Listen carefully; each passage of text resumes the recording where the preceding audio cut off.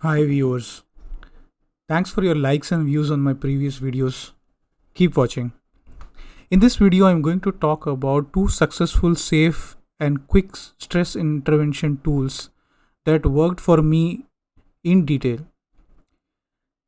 Is it really possible to de stress without medicines, bad habits like alcohol or smoking, but still as quick as these options and totally safe? Stress has created so much havoc in the modern times silently. The anxiety, mood swings, depression have become common ailments due to the impact of changes in lifestyle, quality of food we eat, the kind of information we are exposed to, and the environmental disturbances, say sound, air, and noise pollution. It's time to add two more head to Ravana's heads, the stress and the anxiety.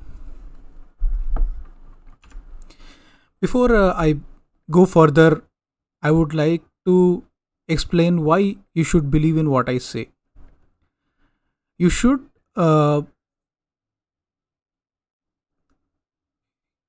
give a chance to what I say because what I am going to share is well documented in the authentic sources on web.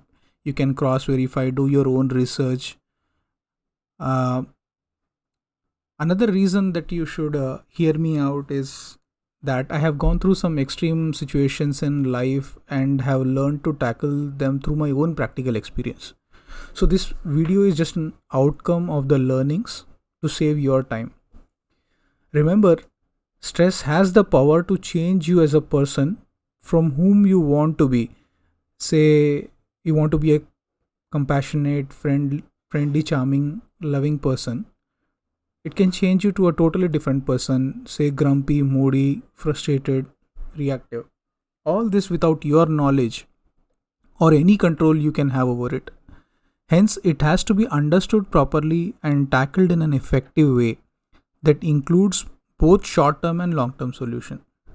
I'm going to talk about two solutions which worked well for me both in short term as well as in long term.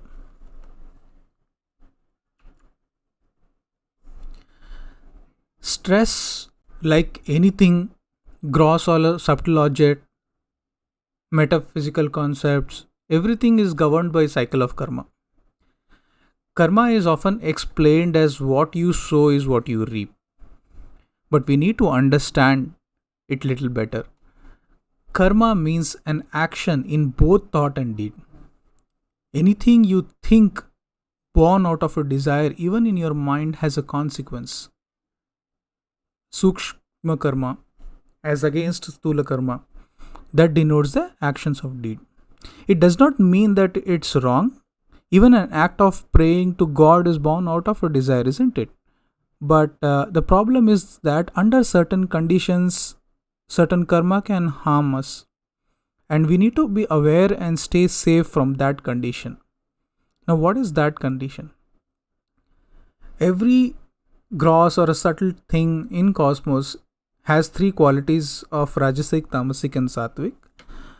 The rajasic quality is dominant when you have a strong urge to do something without thinking, right? You just go for it. Tamas is dominant when you just don't care. You don't want to know anything. You just want to uh, just go ahead what you want to do, right? And sattvic is dominant when you are kind and compassionate and you're not just action oriented. You just want to take a back seat, think about it, and be calm and compassionate to other people. When rajasic and tamasic qualities become dominant, you fall into that problem condition. That is that condition. The solution is to use the sattvic quality as one thorn to nip out the other thorns of rajasic and tamasic qualities back to its balance. Remember, sattvic is a thorn too, with its own problems. However, balancing that is a next level problem we need to deal separately. As of now, bring your sattvic nature out when other two give birth to stress. Stress is necessary for survival, a little. More than necessary, over time silently sets in to us. It alters our brain chemistry, changing who we are without our wish over time. Then it slowly expands from the brain to other physical parts of the body and sets in. Most of the city dwelling population is already in the stage of stress getting down onto the body, and it needs a quick intervention on priority.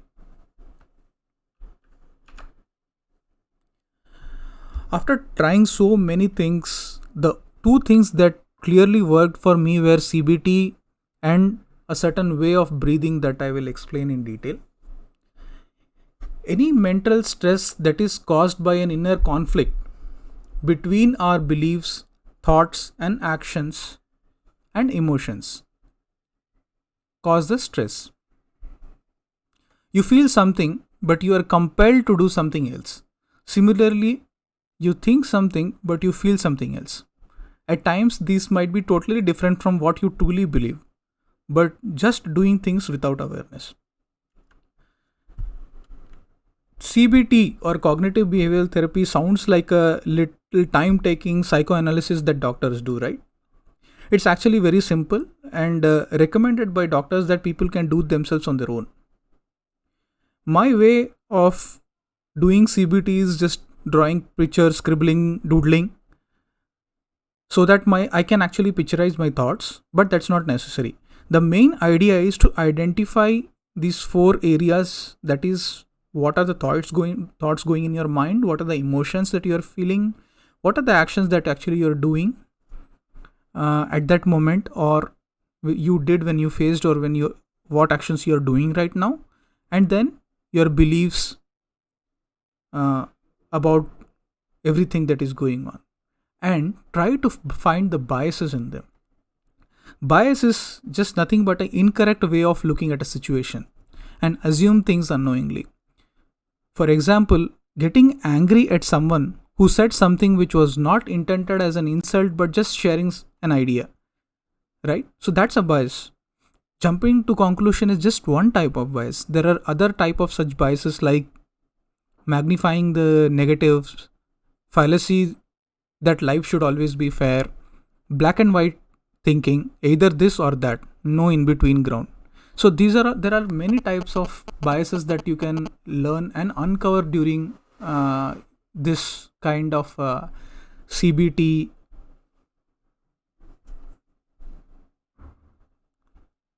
activity that you can do. Once you realize, your mind flips like a switch and suddenly you feel so relieved.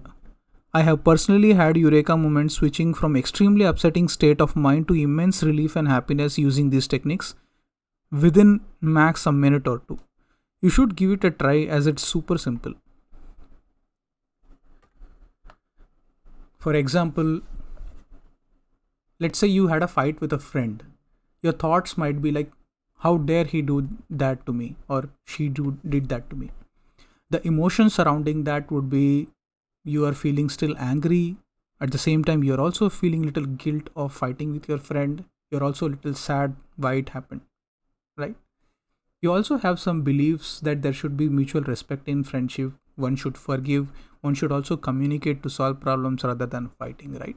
So there are some conflicts that you can clearly see between what you believe and what you did, or what your thoughts are versus what you are feeling.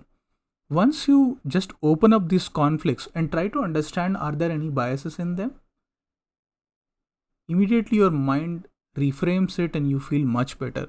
This is true way of tackling with conflicts that leads to stress. The next thing I want to talk about is a kind of breathing. I have given it the name, it's my own way of giving the name attentive uninfluenced breathing, because deep breathing word did not connect me with so well. I felt that depth is just a consequence, so I gave its own word.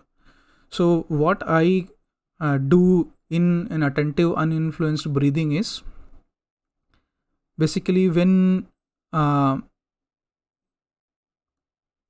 very tense or I'm in a situation where I can't think straight, that's where we have to rely on our physical sensations, because that can never hide. Your mind and your thoughts are very difficult to catch on to when you are in a tense situation.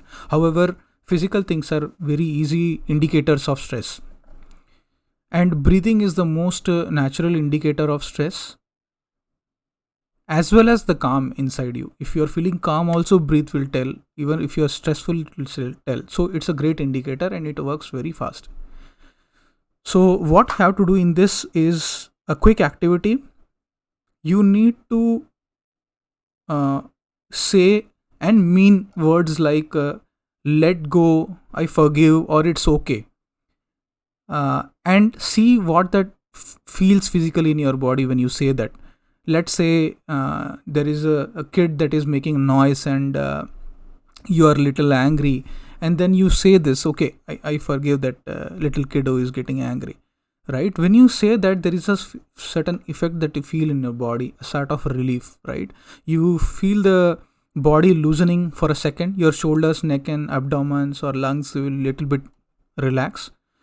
Your head will feel a sort of pain relief, right? You didn't realize that there was pain even there. You will feel that relief.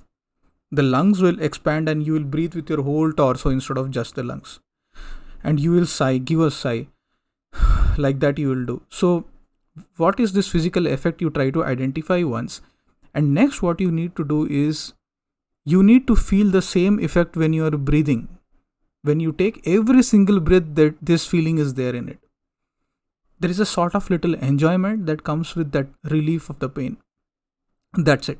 So once you have done this activity and you can uh, identify, relate to this particular enjoyment that comes from the relief of pain in each breath. Now every time you are in a stress, what you have to do is you have to focus on the pain, the rattling of the mind that is going on, and also this enjoyment that is coming with each breath. Everything that you have to watch, but without trying to control that breath. Breathing will go fast when you are tense, and that's totally okay.